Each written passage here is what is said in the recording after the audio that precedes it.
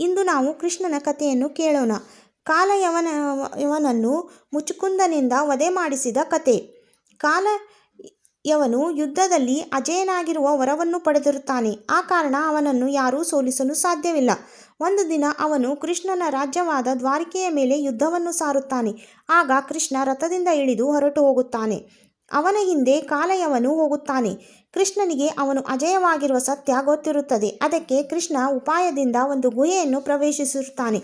ಅಲ್ಲಿ ಮುಚುಕುಂದನು ಬಹಳ ವರ್ಷದಿಂದ ದೇವತೆಗಳ ಆಶೀರ್ವಾದದಿಂದ ನಿದ್ದೆ ಮಾಡುತ್ತಿರುತ್ತಾನೆ. ಅವನಿಗೆ ವರವಿರುತ್ತದೆ. ನಿದ್ದೆಯಿಂದ ಎದ್ದ ತಕ್ಷಣ ಕಣ್ಣ ದೃಷ್ಟಿ ಯಾರ ಮೇಲೆ ಬೀಳುತ್ತದೆಯೋ ಅವರು ಸುಟ್ಟು ಭಸ್ಮವಾಗುತ್ತಾರೆ.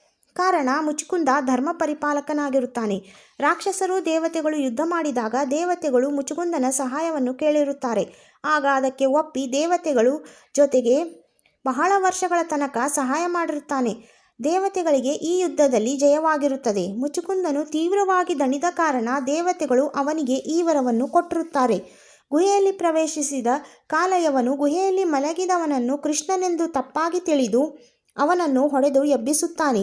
ಆಗ ಎದ್ದ ಮುಚುಕುಂದನು ಅವನನ್ನು ದೃಷ್ಟಿಯಿಂದ ನೋಡಿದಾಗ ಅವನು ಸುಟ್ಟು ಭಸ್ಮವಾಗುತ್ತಾನೆ. ಈ ರೀತಿ ಕಾಲಯವನು ಮುಚುಕುಂದನ ದೃಷ್ಟಿಯಿಂದ ಸುಟ್ಟು ಭಸ್ಮವಾಗುತ್ತಾನೆ. ಈ ರೀತಿ ಅನೇಕ ಕಥೆಗಳನ್ನು ಕೇಳಲು ಚಾನಲನ್ನು ಸಬ್ಸ್ಕ್ರೈಬ್ ಮಾಡಿಕೊಳ್ಳಿ.